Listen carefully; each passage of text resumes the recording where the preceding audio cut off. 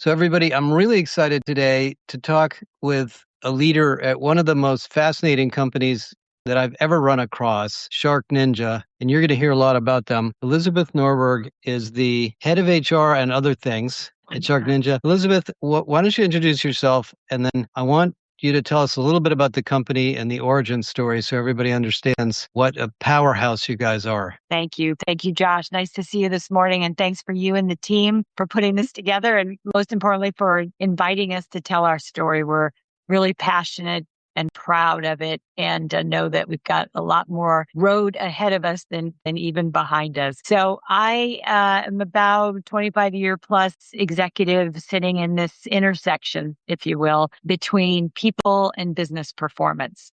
My background, certainly current company, product design and tech. Prior to that, retail, hospitality, healthcare, restaurants, professional services.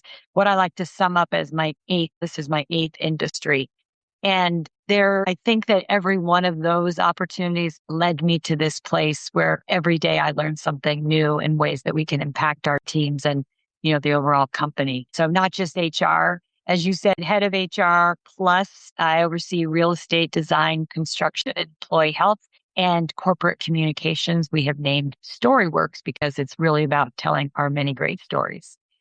For me, the role here, reporting directly to our CEO, Mark Barocas, is more than the traditional role because of not only those areas that I provide leadership to, but it's a deliberate one leader that we've designed to own the end-to-end experience. So how our team members work, where, what they work on, not separate functions, but all grounded in this unique culture to drive performance, drive innovation, and so on. So it's really that depth and breadth of this role that has really been inspiring to me, and we've learned so much. So many people know about SharkNinja's products. They know Shark products, of which there are amazing ones from in-home vacuums and outdoor products from Ninja. Under the Shark name is also amazing beauty tech products, everything from facial to hair to body, just really an amazing array of really disruptive products.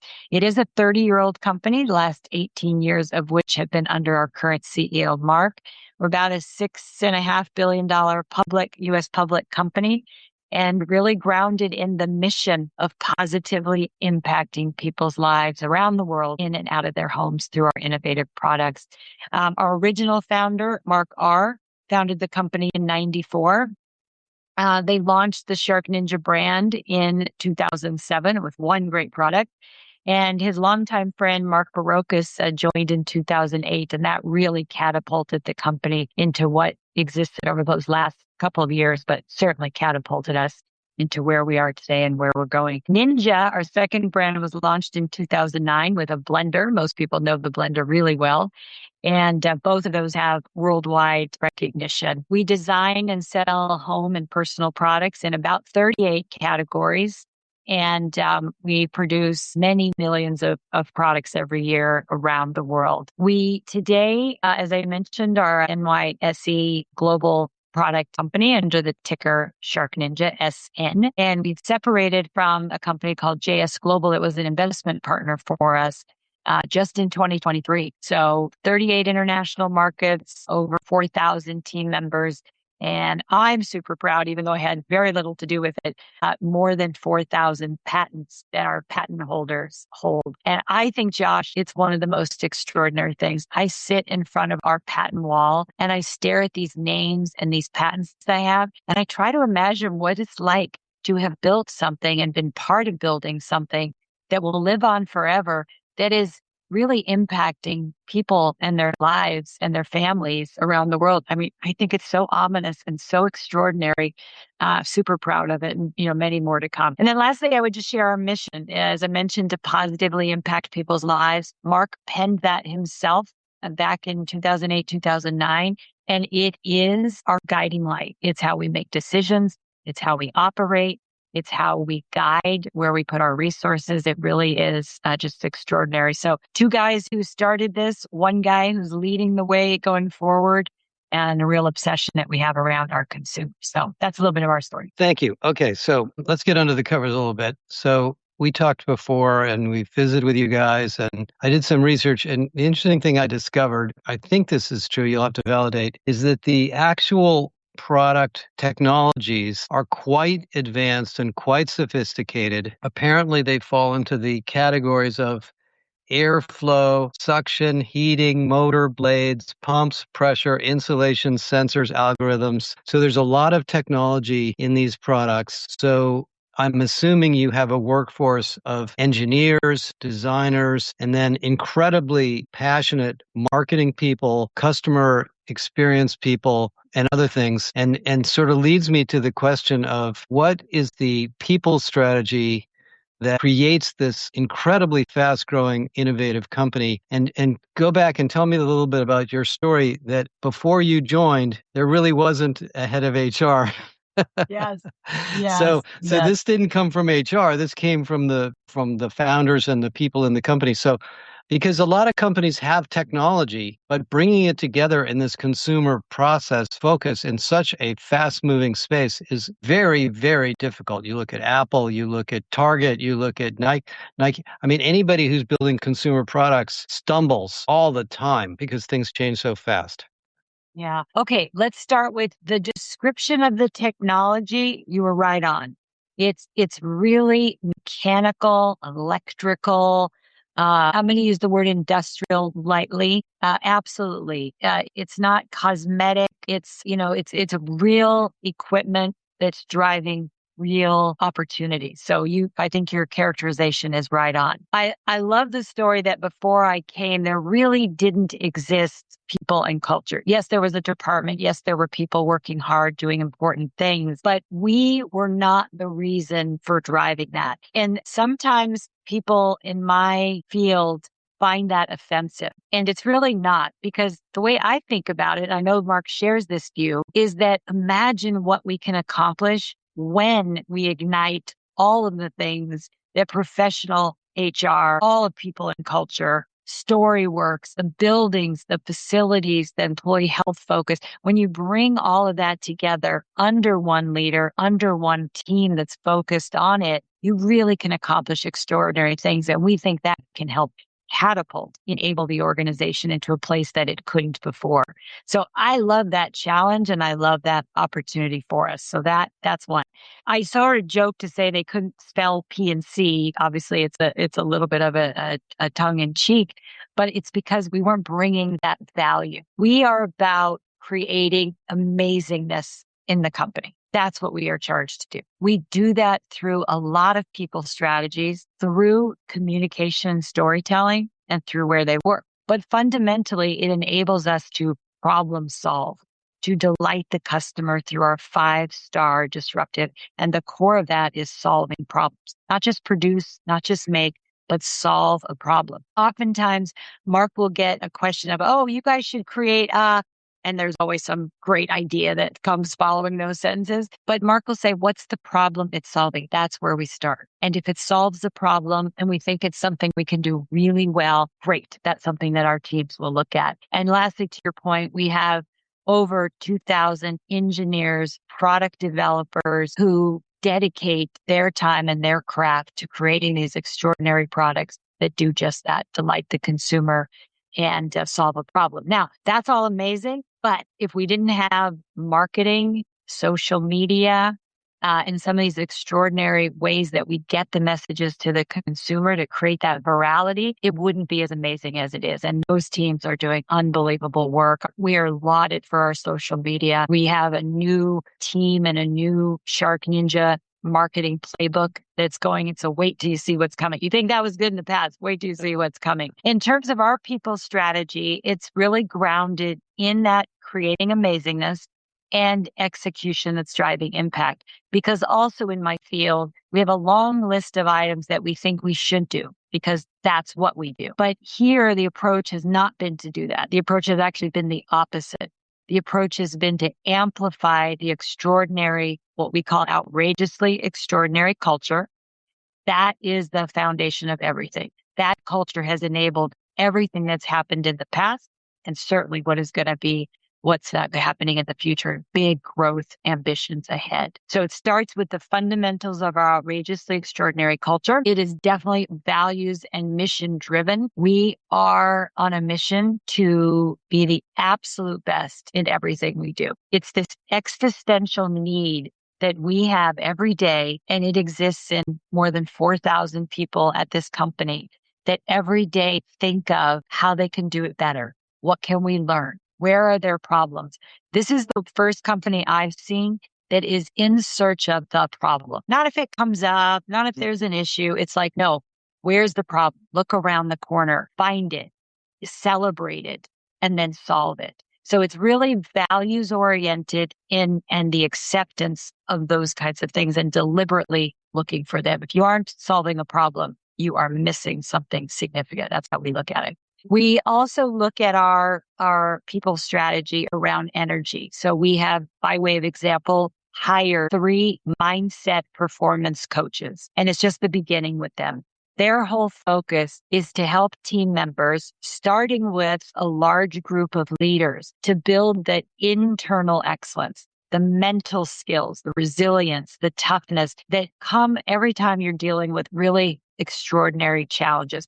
Not just how are we going to solve the problem, not just how are we going to embrace AI. That's part of it, but really the inner excellence around how we are going to take on these challenges in a very courageous, acknowledge the fear, but work through it, acknowledge the anxiety, but work through it. And that mental toughness that comes with that produces a really positive energy that you can take on anything. They come from, whether it was the military, elite athletes, businesses. Some of them were working with VCs in the early stages. So imagine what is going on in the heads of some of those extraordinary people. Mm-hmm. They bring that all together at the intersection of well-being, driving, and fueling performance. And we've learned so much from them in just the few months that they've been with us. So that energy that's created, and certainly by our buildings, we subscribe to many of the feng shui concepts in our spaces. And that just really produces a lot of energy, togetherness, collaboration, and allows those challenges and pushes to happen. And then lastly, capability. As you can imagine, we've got tenured people. We've got, we call them our OGs. We've got a lot of new people. We've hired over 2,000 since I've been here. And those are bringing new capabilities. They might be early in talent, which I hope we get to talk about some of the things we're doing in that space, but also new hires who come with seasoned experiences. And then a third leg of that is subject matter experts. Those 3 come together, what we call knowledge acceleration. When you take an OG, a new person, and somebody with deep expertise, and you put them in a room to solve a problem. It's literally the rock concert we were talking about earlier, where they really can just about solve anything. Someone's got an answer, someone can iterate and build on. And then we really push decision rights and accountability as close and as deep in the organization, as close to the consumer as possible and as deep in the organization. No one knows our business better than those that are on the front line. And we are really working hard to make sure we hear their voice, hear their sentiment, and can bring those things forward in a really great way. Lots of forums to be able to do that. So that's in a nutshell, our strategy and why we think that's so imperative. If I may, can I just add one more thought? Sure. I worked in healthcare and at Northwell Health, an extraordinary organization in and of itself. And I worked with a chief nursing officer named Maureen White. And I was rolling out this amazing engagement strategy. And me and the team had come up with some really great things that we were going to do, a wonderful survey, collect the information, create some action plans. You know the story. All of us could write that. And she looked at me in this very serious, that only chief nursing officer executives could do. And she said, Elizabeth, people want to know that you care about them as an individual, not as a strategy. And my first reaction was that I didn't fully understand what she meant, but I understood the surface of it, thought maybe I misspoke, but then realized we were talking about it as a strategy, as a set of actions. And it was really one of the beginning points in my career of rethinking the work that we do to really drive well-being and care to end at that intersection of performance, and that the organization is successful, but that the individual feels that success based on what they think is important in their value system to align with the company. So she was probably more than she realizes really influential in me, and it certainly fuels our people strategy here. Wow. Okay. Thank you. So, a couple of observations, and I want to ask a few more questions. So, first of all, on the latter point, I couldn't agree more. Organizations are basically constellations of individual, high performing human beings. Yes. And if you And think an about each ecosystem. individual, you end up the organizational stuff is much easier to understand. But let me go back to a little bit of the beginning of this. There are a lot of companies that have good engineering, that have problem solving cultures. We call it falling in love with the problem. I mean, that there's a book on that. Lots of companies build technologies, industrial products, but most of them don't move as fast or adapt to the consumer market like you do. I mean, they're building a turbine or maybe an iPhone that takes 10 years to engineer and then it comes out and it's fantastic. There's something about the pace and the iteration capabilities you have that's very different. And one of the things you mentioned to me, I don't remember the name of it, is this behavior where anybody in the company can point out to an executive something that's not working or broken or on fire or Yes. whatever. Could you explain that a little bit? And what are the behavioral and cultural things that have created that type of experience? Because to me, that's a really important part of this that industrial engineering companies can't do. Yes. Yes. So I'll start with the first part of what you described. Speed is our competitive advantage. We design, and we produce faster than our competitors. That speed is enabled through a really capable group of leaders and team members. They may not have the capability. Maybe they've never worked in glass before. Maybe they've never worked with fabric, but they have such a high learning velocity that through that knowledge acceleration, they can bring people together and pretty much figure out any problem or crack the code. Where they can't, they parlay those learnings into the next one. We've walked away from products after months of development, maybe millions of dollars invested, and said, that's not going to do what we want it to do. But boy, we sure learned a lot. We can parlay that. And in several examples, what they actually created based on those learnings was even better than where they started. So there's this high learning velocity. That's one. It's paired with what we call insatiable impatience for action. That's not a bias for action. That's not move fast. Hey, in 2 weeks, we're going to do this. Let's do something in 3 months instead of 6 months. That's not what this is. This says we're going to take this problem and we are going to break it apart into bite-sized chunks. We are going to be really outcome focused on what that is. And we are going to track week by week progress. And we have infrastructure, if you will, in place to enable that.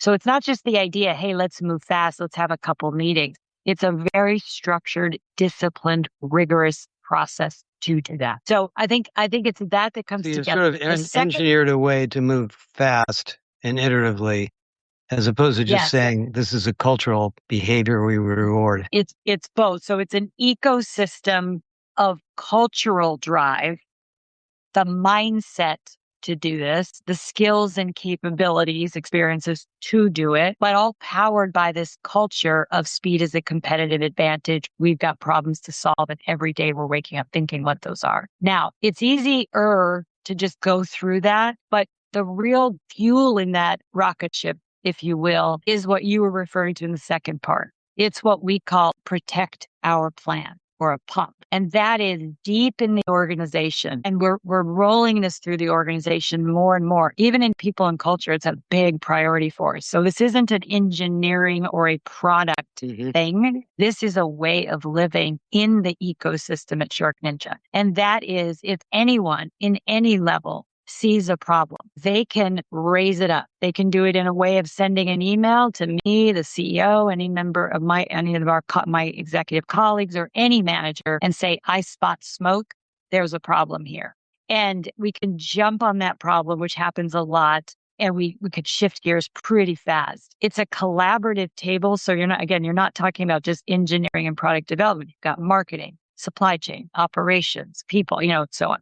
Finance leads the way in finding these pops, if you will. Now, there's another way to do it, which is a little bit more structured. There can be some data behind it. There can be a bluff, a bottom line up front. Here's how I'm shaping the problem, and maybe even some suggestions on solutions. The POP program must be sent to someone to drive that ownership. So it might come to me, Elizabeth, here's the problem as I see it. Here's some data that I think I've collected, qualitative or quantitative. Here's some ideas that I or the team have. It goes directly to me. We log it. We solve it. We even have workshops where people might need help to work through the problem. And they are tracked on a week by week basis and produced. And we celebrate the results that might be quantitative results. It also just might be qualitative. It might even be behavioral change. Teams that are learning and are in new spaces that need to work together better. Things like roles and responsibilities, decision-making, resource allocation. So it can be the hard process. It can be the soft behavioral characteristics, but again, all grounded in our outrageously extraordinary culture, moving at a very rapid rate. Wow. So you really engineer a way to iterate and stay innovative. I was sort of thinking while you were talking, I remember when I worked at IBM years ago, we had a suggestion box. Yes. Where you'd stick a piece of paper in something and you never saw it again. And you never saw, and you always wondered. And then after a while, you were like, why do I even tell them? They don't do anything. See, this is the problem with engagement surveys. Engagement surveys, a lot of people respond and some give very thoughtful. I mean, sometimes I've been so impressed with how thoughtful they are in their comments. And it's not that we don't look at them. Most companies do look at them, but do you really drive the action? And by the way, I might fill out that survey in 1 month and it's probably 2 months later before it ever comes around in some way. Ours is an everyday suggestion box. Right. Okay, so let me go back to HR for a minute. So you come into this company that's already incredibly successful with all of these behavioral and business practices and people practices that are working. And you want to build amazingness in the business, but it already has a lot of amazingness. So I know you've worked a lot on early careers and on recruiting and talent acquisition. What did the company need from an HR perspective when you joined? And what have you been working on to make it even better? Yes. Okay, so where we decided to start was amplifying the culture. We have this really strong foundation. We have an ecosystem that's wrapped around it in how we work, what we work, etc. We've got to bring those parts together. And we have massive growth happening across the company globally, from products, categories, the actual product and so on, but also geographic growth. And we have the risk of diluting our culture by bringing on thousands of new people. And that will take us to a bad place. That's not how SharkNinja operates. What happens when you've got people who come from other companies, especially seasoned, established, they have their way of doing it. Now, we want to amplify everything we're doing, so that's why we hired them. But there is a core way that we operate, and that we are not going to change. We just want it to get better. And so we started with amplifying our culture. When I arrived, they had already what we called success drivers in place. Everybody was held accountable to those. Those were things like winning as a team sport, being rarely satisfied, which is continuous improvement on steroids, and so on. They had just rolled out leadership principles, which were things like building an unstoppable team, owning others' success, inspiring team members to win big. We are not an exceed goal kind of company. We are a breakthrough gold in partnership with a company called Gap International and one called GH Smart. So it's not about exceed a goal. It's about what's the breakthrough, what's the really disruptive one. They had just rolled those out. That had not been operationalized. That was our starting point. Everything starts and ends with your unstoppable team. If you don't have a team that's adopted the SharkNinja mindset and that they're beyond rowing in the right direction, right? They are finding new rivers to row on, then we're just really going to be challenged and it doesn't work. So that was a really big focus for us. So we started with really training and educating people on the tenets of what that meant, behavioral characteristics. We reframed the entire recruiting process. We continue that worked every day. We changed our performance management system, which was really kind of a click, click, click exercise on Microsoft Forms. No disrespect to Microsoft Forms, but we've advanced since then. And so we really looked at the life cycle of the team member and said, what are those key points that we really want to drive and amplify that culture? And by the way, where do we need to really get it right? If onboarding isn't really, really well done, the employee will come into our environment and draw from their own experience, and they will dilute what is expected here. Quite frankly, they won't be successful here. So we really had to reframe what are we trying to accomplish and how for SharkNinja, and then back into what are the people strategies that will and the tactics to do that. And by the way, we were building all of this. None of this existed. Mark is an innovator, a genius around culture. This company is who he is and how he thinks. So the great benefit for us is we had Oz in front of the curtain that we could draw from and say, how should we think about this? How should we position that? Help us double click. And by the way, we had extraordinary OGs that we brought in as cultural ambassadors to help us not only understand the behavioral side, original goats, the best of the best. Like the goat, yeah. So we were able to bring them in to say, how should the mindset and the behavioral expectations come together? But most importantly, and this is where many companies miss it, most importantly, how do we apply that to the actual work we're doing every day?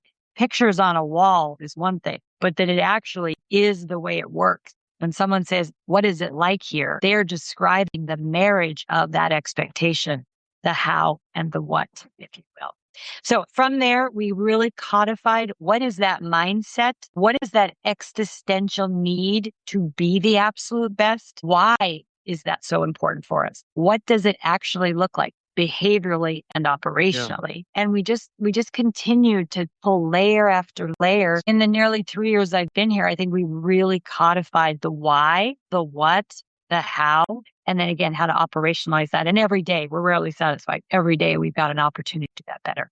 My apologies for interrupting. No, this is fantastic. A couple more questions. So you had a lot of experience in a lot of industries with a lot of different kinds of companies. You come to this company that's already a very high performing, culturally deep, people centric business. I'm the HR expert. Here I am. I'm going to help you guys institutionalize and scale what you already have. What was your personal experience coming into a company that's already so good at this in a humble way? Yeah.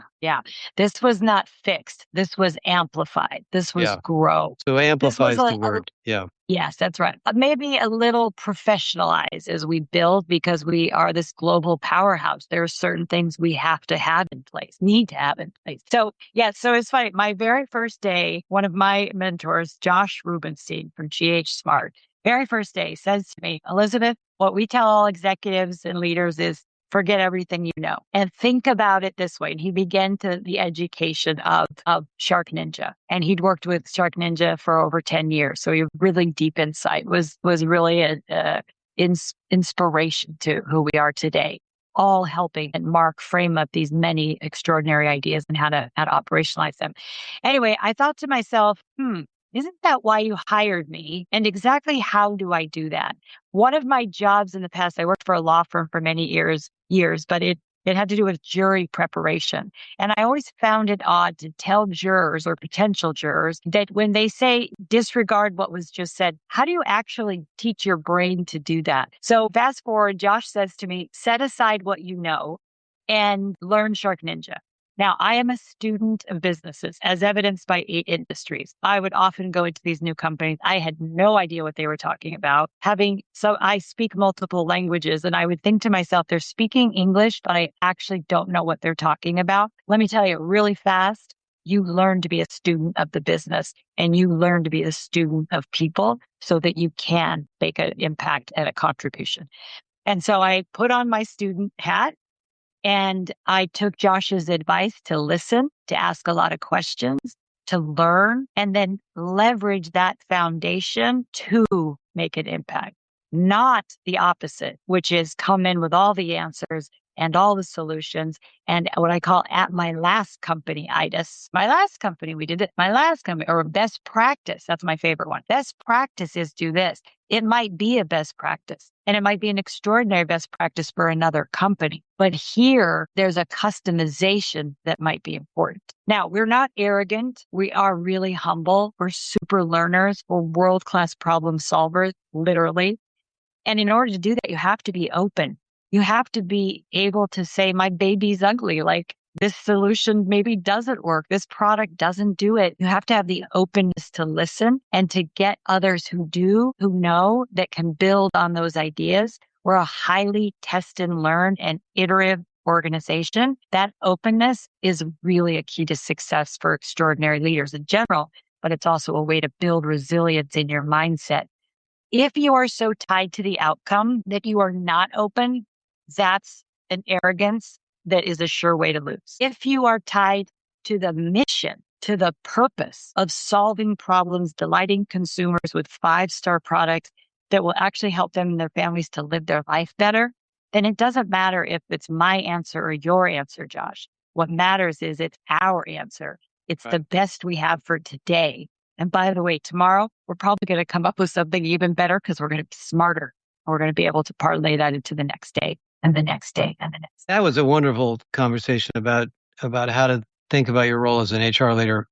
One more question that's a fairly big one, but I'd like to hear your thoughts. So the thing you mentioned a little while ago of bringing people into a company that's already very strong and very culturally deep, and they bring their experience and their baggage, so to speak, of what they've done before and what they think they want to create. And then they land in your company and they realize, whoa, this isn't the same. And then you're also hiring a lot of young people, new hires. Tell us a little bit about your early career program and how you, I don't want to use the word indoctrinate, but maybe acclimate senior people who've been around the block. Yes. So the idea is we are bringing on extraordinary talent at all levels, and we are buying those experiences. We are buying those capabilities. What is most important is that they are blending those. They're bringing in those experiences, those skills, and so on, and helping us to build up. It's when you have to do it the same way, that's where there's a challenge. The assimilation, that's not a bad word. It actually is a really good one.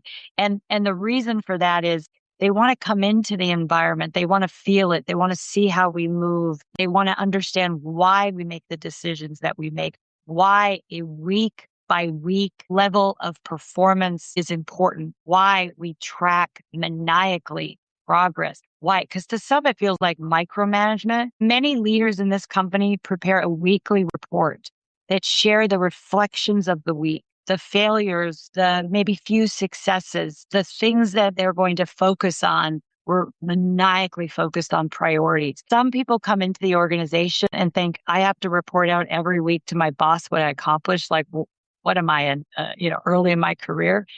No, it is really to take a moment to reflect on where you are against where you're expected to be. And not just the list of activities, but are you driving the outcomes? Are you learning? Are you failing? Are you rinsing and repeating? Like, it's a reflection that in today's world, most people don't stop to even think about what they had for lunch, let alone what am I going to do next week that's going to drive the following week, and really help us to create that differentiated experience that we're all driving towards. So that reflection. So assimilation, deep understanding, the what and the why is the success. We're not there yet. Let me tell you, my colleague Nuno and I are sitting through a cultural assimilation today, and we're finding all kinds of opportunities globally. It is really important. It's easier to do in headquarters, Right. But we have people around the world in lots of different places. Everyone has got to feel the oxygen of SharkNinja and understand why that's important. So assimilation. So it's really bring everything that the person brings to the table together with SharkNinja to amplify. It's not one or the other. I hope that answered your It's thought on fantastic. that. I think we're running out of time, but a couple of observations. You're a very intellectually smart company. It's obviously a very thoughtful company that's not growing through sheer sort of muscle, but through intelligence and strategy and focus on people, not just products and customers and marketing. Elizabeth, every time I talk to you, I just want to come sit with you and spend the day. So I just really think you're a unique person, and I want to just congratulate you on all that you're doing there, and obviously the rest of the company. I think you're going to really give the rest of the community that I support enormous number of good ideas and some really creative ways of thinking about the role. Let me give you one last opportunity to say, of the things that you've learned the last 3 years here, are there one or two things that you really want people to remember or take home after they listen to this podcast? Thank you for that. Thank you for those comments about SharkNinja and about me and the team. I will say a few things. One, I have watched and read about you for many years. And you will remember when we first met a few months ago, I walked in the room and I had this moment of, I'm standing and you were on video with Josh Burson. Like I had this kind of rock star celebrity. Now, I was in the hotel business for a long time. I saw a lot of celebrities and really important people, and I did not have that feeling that I had with you. So I want to thank you for the honor of being here and being with you. And I meant very genuinely everything I said that day on video, and I mean it when I say it here today. Thank you for that. SharkNinja is a smart organization that is dedicated so much to its mission. That's why you feel the care. That's why you see this fast-paced growth. Our consumers need us. We have lots more ahead of us. We've only just started, but it comes from this place of this mission to positively impact people's lives in and out of their home. And by the way, have a lot of fun while they're doing it. Right. So it is a smart organization. I still, to this day, nearly 3 years, walk out of many meetings and say, my goodness, those people are so smart and so capable, even if we're failing. Even if we're trying to solve a problem, there's just so much dedication to it. And we thank all 4,000 plus strong of doing that. Lastly, I will say to your question, I think that the CHRO title or HR in general is really often misunderstood label. For me, CHRO is about business and people transformation, the business side to enable the success for sure, but the people transformation side is important. One of SharkNinja's taglines is to help people accomplish more than they ever thought possible. And if you don't take that seriously, people don't know what they have in front of them. They don't know their potential. It takes someone and someones to really help to show that. That's part of what we're trying to do, to stretch, not break, but really stretch people in terms of what we are able to do. I bear that responsibility very seriously. Live their best life, work their best life. That's what will really create that extraordinary. And then I want to end with a thank you for my Mark, our CEO. We have a masterclass in our partnership. I'm telling you, I worked for some extraordinary CEOs. I think he's my fifth or sixth one, and a couple of founders within that. It's a masterclass in partnership and encouragement. Every day it's lead, execute, drive impact. He's not impressed at all with a great HR program. He immediately goes to what impact is it going to drive? What problem is it going to solve? How is this going to help us to be the absolute best? And as someone who's been doing this for a long time, I still think like a college kid, how do I tackle this project? I still think about how do I answer those questions? So it's a masterclass in partnership with your CEO and a masterclass to accomplish my personal vision, but SharkNinja's vision to help people accomplish more than they have ever thought possible. And thank you for giving me a few minutes to tell that story. Thank you, Elizabeth. This has been absolutely wonderful. So we'll wrap it up here and look forward to spending more time together. We will see you soon. Let's leave it at that. Thank you for everything. I have one more section here where I asked Elizabeth to describe their AI transformation, which I think you'll really enjoy listening to. So consider this like a little bonus section. I love that question around our innovation day and how we are leveraging AI for full adoption. For us, we call this the path to becoming an AI native company. So there were actually 5 key priorities for us. The first one was jailbreak SharkNinja, which is where we granted $1 million to give away in a global AI challenge. We invited every team member around the world to identify real business problems and opportunities that AI can unlock. These best ideas are now competing for awards and grants. And by the end of the year, we're going to happily give away that $1 million. There's some amazing things coming from that. Secondly, we launched this extraordinary event called Jailbreak Live. We essentially closed the business for 4 days, the entire company around the world. Meetings were canceled, non-critical work paused, cross-functional teams that came together around the world, building real AI solutions to real business problems. And from that came 400 ideas. We did 6 months of work in 4 days, Josh. Can you believe that? And we actually had a ton of fun doing it. We're going to do another round at some point soon in the future. The best entries are being built and deployed at scale, and it was across the organization in departments such as engineering, product development, supply chain, commercial. Everybody played an important part of Jailbreak Live. The next one that was really important for us was fluency for everyone. In some companies, they don't take the responsibility of educating and teaching people about AI. We believe very strongly it's important for everyone to get an understanding and learn how to live in the AI world. So we launched AI Academy, which is a tiered learning system. It has a credentialing arm to it, and it's where we started to meet them where they are. They take a competency assessment, and then we put them into curriculums and training programs at that place. And for our more advanced practitioners, we have university partners that we're leveraging their programs for an accreditation. So that fluency for everyone's very important for us. And then fourthly, a bet on the next generation. You know, a lot of companies are backing away from early talent. But for us, the next generation is absolutely critical. And so we're doing the opposite. We are building towards about 300 AI forward interns and co-ops by the end of the year. We call that jailbreak.edu.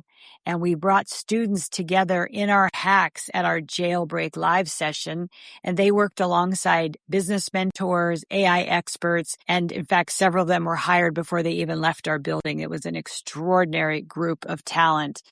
And so that was really important. We're actually continuing that Shark program, jailbreak.edu, as we move that around the globe. And then lastly, and very importantly, is some people have anxiety or concern about what AI might mean for them or their role. And so through our mindset performance coaches, whom we've hired in-house, we are helping people work through the concerns, potential fear, and how we turn that into productive energy and ownership. And so all of the items that I've mentioned to you help people to do that in a really productive way and staying at that high performance level. Now, why did we do all this? Because we believe in a top-down, bottom-up approach. We think that co-creating our future together is absolutely the way to go. And we think team members feel they own it. They're part of creating that future together. And it is what drives SharkNinja's DNA and our outrageously extraordinary culture.